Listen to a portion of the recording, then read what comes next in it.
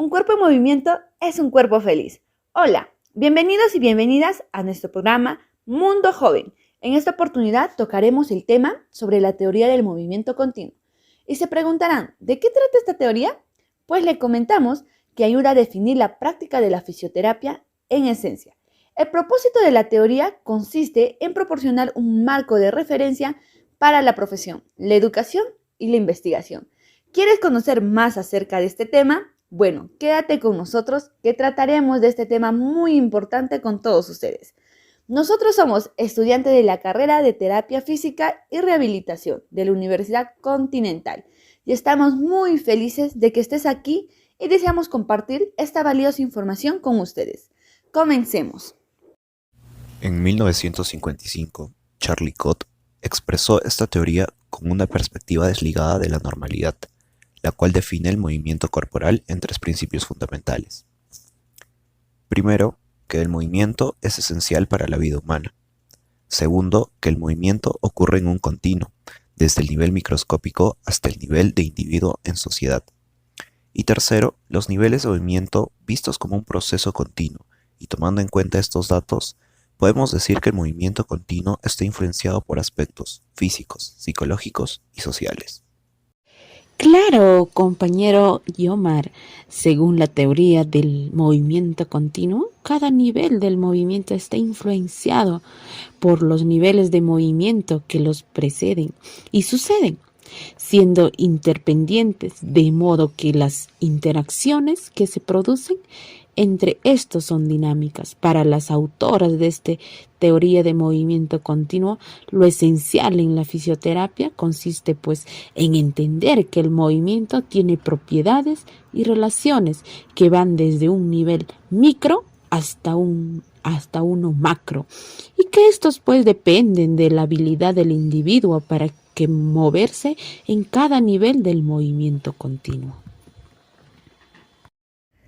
Hablando más respecto al tema, ¿ustedes sabían que hay cierta relación entre el concepto de esquema corporal con la teoría del movimiento continuo? Bueno, les comento que incluso este concepto tiene más relación que con la teoría del movimiento complejo. Y como nos dice Sarmiento en el año 2014, el reconocimiento del movimiento como esencia para la vida nos permite entender que el movimiento y la postura son parte de un proceso de exploración que nos facilitan la identificación del cuerpo y que gracias a ello es posible que nos relacionemos con el entorno estableciendo un límite entre ambos. Asimismo, la teoría del movimiento continuo se relaciona con la imagen corporal, ya que permite una participación activa de cada elemento que constituyen una persona y lo integran desde su cuerpo objetivo, pasando por aspectos emocionales y cognitivos que están mediados por la relación con el entorno y el aprendizaje. Seguidamente vamos a hablar de la práctica de la fisioterapia que involucra el movimiento terapéutico, las modalidades terapéuticas y modificaciones ambientales. Esta teoría conceptualiza el movimiento como la expresión del funcionamiento de las estructuras de cada uno de los subsistemas que conforman al hombre. Esto viene desde un nivel micro, donde se abarca las células, tejidos, órganos y sistemas, y terminan con un nivel macro, quiere decir personas en un medio ambiente y la sociedad. Esta teoría ayuda a afirmar que la función de la fisioterapia consiste en reducir la diferencia entre la capacidad de un movimiento entre una persona y su capacidad de un movimiento ideal. Continuando con lo expuesto anteriormente y solidificar nuestros conocimientos, consideramos importante conocer más sobre el movimiento como sistema complejo, el cual involucra los niveles de interacción, teniendo como base o fundamento los subsistemas del movimiento humano, hallándose entre sí una mutua interdependencia de sus funciones. En primer lugar, conozcamos sobre la capacidad motora, la cual es una manifestación autónoma de la funcionabilidad del hombre, el cómo actuar dentro de diferentes niveles de complejidad. En segundo lugar, respecto a la acción motora, es el medio por el cual se ejecuta la capacidad motora. Asimismo, es también la ejecución del movimiento en tiempo presente. En consecuencia, resulta de la integración de múltiples patrones de movimiento, simples y complejos, como lo propone Wikström en el año 1993. Por consiguiente, el patrón motor está constituido por el entrecruzamiento del acto, pasado y proyecto futuro. En otros términos, son componentes propios de la vivencia, experiencia y realizabilidad de manera que se lleva a cabo la acción motora. En tercer lugar, la actividad motora se conoce por la incorporación de diversas acciones en una situación.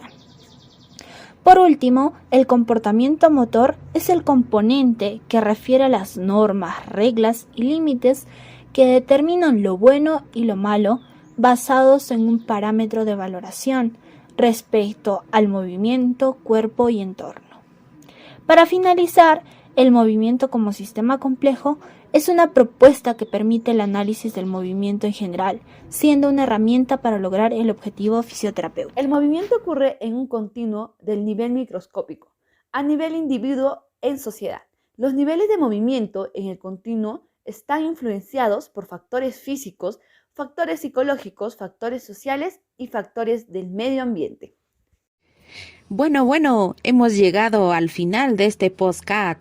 Esperemos que hayan aprendido con nosotros sobre este tema, que ha sido muy interesante, ¿verdad? Explicarlo para que puedan tener más conocimiento acerca de esta teoría del movimiento continuo. Pues recuerda ponerlo en práctica todo lo aprendido del día de hoy. Hasta la próxima y comparte este podcast para que más personas se puedan informar.